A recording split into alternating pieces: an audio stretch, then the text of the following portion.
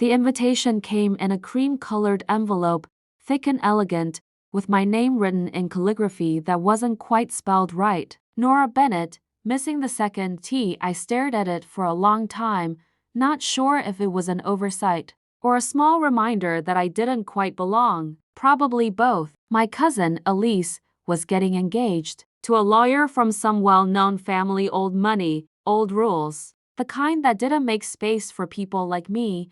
Not really. Still, I arfed yes. I told myself it was family, that maybe this time would feel different, that showing up mattered, even if you weren't the one people came to see. I chose a navy dress from my closet, soft, clean, unbranded. I didn't want to draw attention, just to be there, just to support. The venue was beautiful. String lights, marble flooring, velvet-backed chairs. I recognized every detail, not because I'd attended parties like this before, but because I had signed the checks that made it happen. But no one knew that. I made sure of it. I arrived alone, smiled at the valet, and stepped into the blur of laughter and champagne. That's when I felt it. The shift. The way the room didn't quite soften for me. The way my aunt's eyes slid over my dress with polite dismissal. The way people smiled like they were doing me a favor. It wasn't loud. It never is. I moved through the room,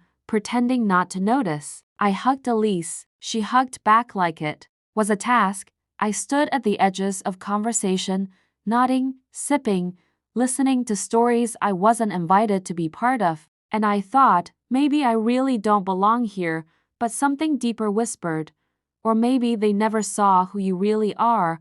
I made my way to the buffet line, partly for something to do, partly to keep from unraveling. My hands were cold. I kept smoothing the fabric of my dress like it would make me invisible. It wasn't a designer label, I'm sure of that now, based on the way Eleanor glanced at me like I was holding up the line with my very presence. The room buzzed with chatter. Clinking glasses, soft jazz from a string quartet, bursts of laughter that somehow always died when I approached. I grabbed a plate, reached for a crostini, then I heard it. She still doesn't have a job, right? My aunt's voice, crisp, careless, close enough to be unmistakable. Nope, someone else chimed in. I recognized Elisa's fiancé, the voice all charm and cruelty. But I guess she's here for the free food. A soft snicker followed, and then, louder this time, from somewhere behind me. Nora's always been the poor one.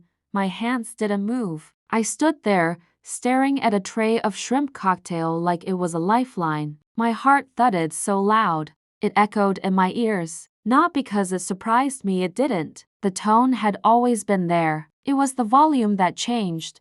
They said it so openly, so casually. Like I wasn't standing 3 feet away. Like I wasn't there. I should have turned around. I should have said something. But I didn't. I just stood there, letting the sting settle into my chest. Sharp and quiet. It didn't hurt because it was true. It hurt because it wasn't. And they didn't even care to ask. They still thought I was the girl who couldn't afford to split the bill. The girl who struggled, but what they didn't know, they were celebrating on ground I owned. I stepped away from the buffet line with a plate I couldn't eat from. The voices still rang in my ears, echoing louder than the music. I walked past tables draped in linen I'd picked out, beneath chandeliers I'd approved the installation for, toward a corner where no one would notice the way my jaw clenched. I stood by a tall window, watching the city lights flicker outside, trying to breathe. The truth pressed against my throat, thick and pulsing. I wanted to scream it. You're standing on my floorboards. Your ice is in my freezer. Your champagne's being poured from my storage room. But I didn't, because they didn't deserve the story. A year ago, after I sold my startup, a quiet, under-the-radar kind of exit I didn't celebrate with private jets or splashy Instagram announcements. I didn't fly to Bali or buy a car I didn't need. I took meetings. I invested. And I signed my name on properties like this one. Real estate was practical, safe, predictable, unlike the chaos of code. And this venue, this stunning rooftop space that Elise was parading through like a crown jewel, I bought into it with quiet confidence. No fanfare. No press release. I remember the broker looking at me twice when I signed. Young black woman, she didn't say anything, but I could see the doubt twitch in her smile. But the numbers spoke louder. My capital was clean. My record solid, and I liked it that way, being the one they underestimated. So when they whispered about me being poor, I didn't flinch because it was cruel. I flinched because they still saw me through a lens I outgrew years ago, and tonight, I realized maybe I'd let them. I don't know what stung more, the words themselves or the way no one pushed back. Not even a gentle, "That's not fair," or a light-hearted, "Be nice," just laughter, just agreement. Like I was still the same girl from years ago, the one they remember showing up to family dinners in discount shoes and borrowed handbags. Back then, I tried so hard to keep up, to smile through the comparisons, to nod when Aunt Lenora said Elise carried herself better, to let the comments slide when my cousins called me the DIY queen while rolling their eyes at my thrift store finds. I laughed too. I always laughed, because it was easier than explaining what it felt like to always be the one who almost fit in but never quite did. They didn't see the nights I worked through migraines, coding until my fingers cramped. They didn't see me skipping meals to keep my apartment lit or staying up late teaching myself business laws so I wouldn't get fleeced by investors. That version of me, scrappy, tired, determined, she existed quietly. And when I finally made it, I kept that quiet too. Maybe that's where I went wrong. I stayed in their memory as the underdog. I never corrected the narrative. I let them believe I was still behind because I didn't show them I'd already lapped the track. I thought modesty would earn respect. That humility spoke louder than flexing ever could. I didn't want to be the girl with something to prove, but standing there, with shrimp on my plate and my dignity bruised by whispers, I realized something heartbreaking. They hadn't changed, and maybe I hadn't either, at least not where it mattered most. I'd outgrown their version of me. Now I had to show it. I was just about to leave. I had taken 3 slow steps toward the exit, the weight in my chest growing heavier with each one. I didn't want to make a scene, never have. I wasn't raised to clap back, just to bow out gracefully. That was always the family way. Dignity in silence, pride swallowed whole. I could have walked out and they wouldn't have noticed until my name came up in some other conversation. But then he appeared, the waiter. He approached gently, with the kind of grace people overlook in service staff. He held a champagne flute in one hand and a steady calm in the other. "Excuse me," he said softly, and I turned, ready to wave him off. I hadn't ordered anything. He smiled, not out of politeness, but recognition. "Welcome back, Miss Bennet," he said. "The owner always gets a toast on the house." His voice was warm, sincere, not performative, not mocking. Dead silence followed. Conversations behind me stumbled to a halt. My aunt, the one who called me poor, blinked mid-sip. Elise's fiancé actually choked on his drink, coughing into a napkin as if he'd swallowed a piece of truth. The waiter handed me the glass with a small nod, then disappeared into the crowd like nothing had happened. But everything had. My fingers curled around the stem of the glass. I could feel their eyes on me now, eyes that hadn't seen me when he arrived but saw me all too clearly now. I didn't raise the glass right away. I let the moment breathe, let the silence spread like a ripple in still water, and then, softly, I smiled, not the kind that begged for approval, the kind that said, "You never knew who you were talking about, until now." I didn't plan what I said next. I didn't need to. It rose up from somewhere deeper, past the shame, past the years of quiet, past every dinner table where I was talked over, every birthday I was forgotten, every time I was introduced with an apology instead of pride.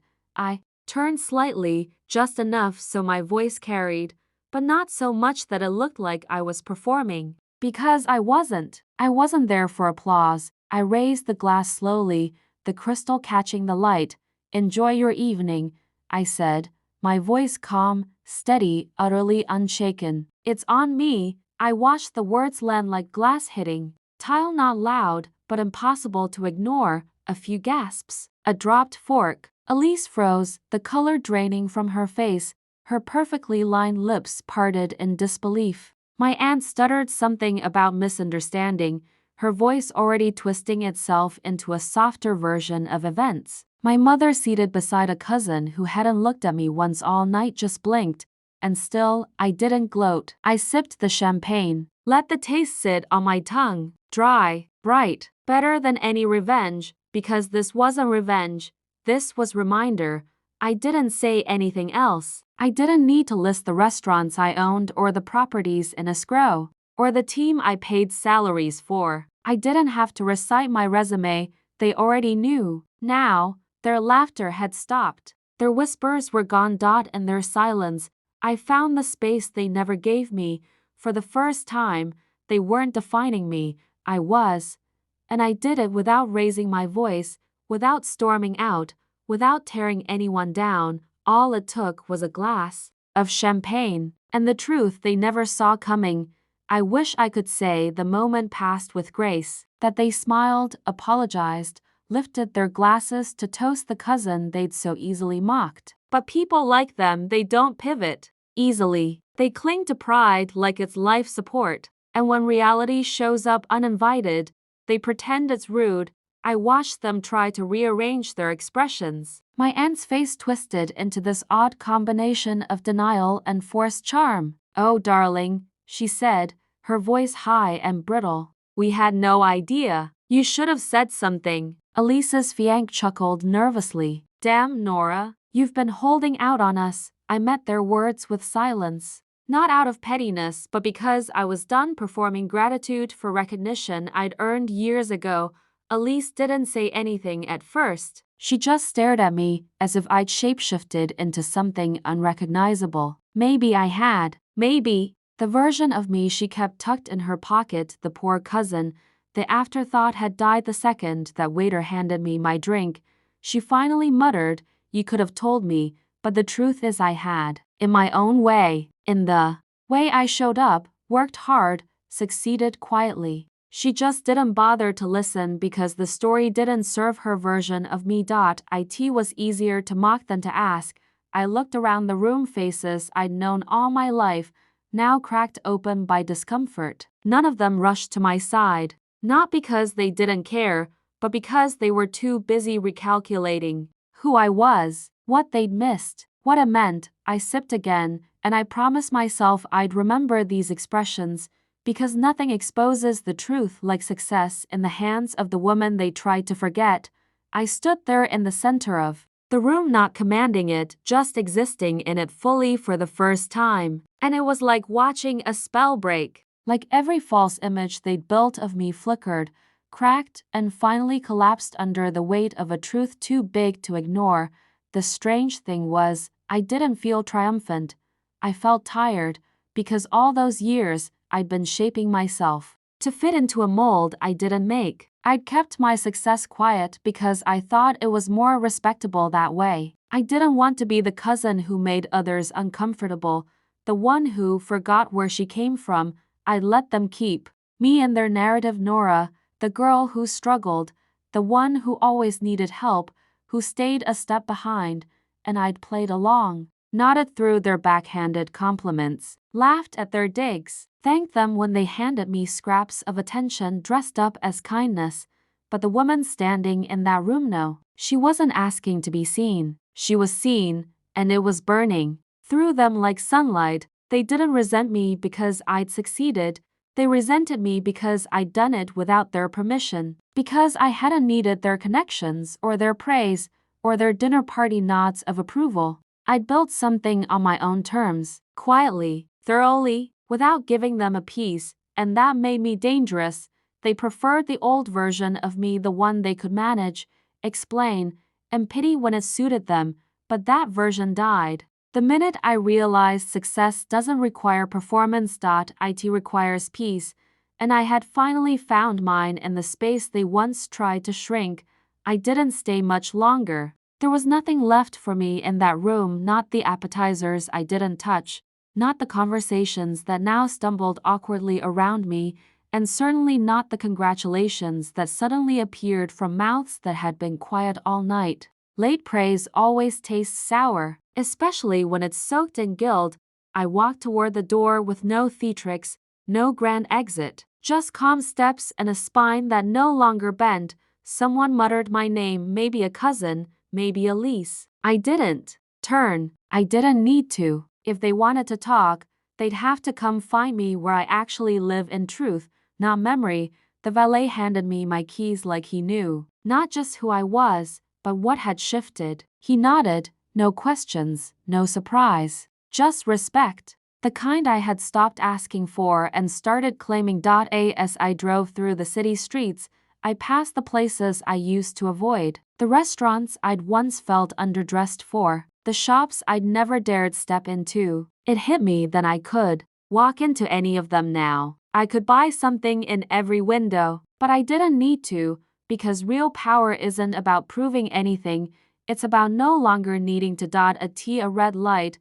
I caught my reflection in the mirror, soft navy dress, loose tendrils of hair, quiet eyes that had seen enough. I whispered, "You did good, Nora." Not because I'd shut anyone down, but because I didn't shut myself down this time. I didn't minimize. I didn't disappear. I walked in as who I was, and I walked out without apology. I woke the next morning to silence the good kind. No messages from family trying to spin things, no apologies disguised as jokes, no calls pretending nothing had happened, just stillness. And it felt like peace. I made coffee the way I always do, sat on my balcony, legs tucked under me, sunlight warming the side of my face. I wasn't thinking about the party anymore. Not really. I was thinking about the girl I used to be, the one who used to sit in the same spot, staring out at the city, wondering if she'd ever be enough. She was. She always had been.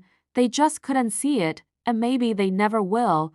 But that doesn't matter anymore, because the night before didn't change who I am, it revealed it. I didn't need to scream or clap back or burn the room down. I just had to show up, stand still, let the truth speak for itself. They called me poor, but they raised glasses beneath chandeliers I approved, toasted in a space I helped design, on land that bears my name on the ownership papers. And even then, even when I could have made it about revenge, I didn't. I offered a drink. I said, "Enjoy your evening." And I meant it, because kindness doesn't make you weak, silence doesn't make you small, and dignity doesn't have to shout. I didn't need a spotlight. I was the foundation beneath their feet. And when I said, "It's on me," I wasn't just talking about the champagne. I was talking about the journey, the patience, the strength, the quiet climb, everything they dismissed. It built the floor they danced on, and they'll remember it now, not because I demanded they see me, but because I made it impossible to forget.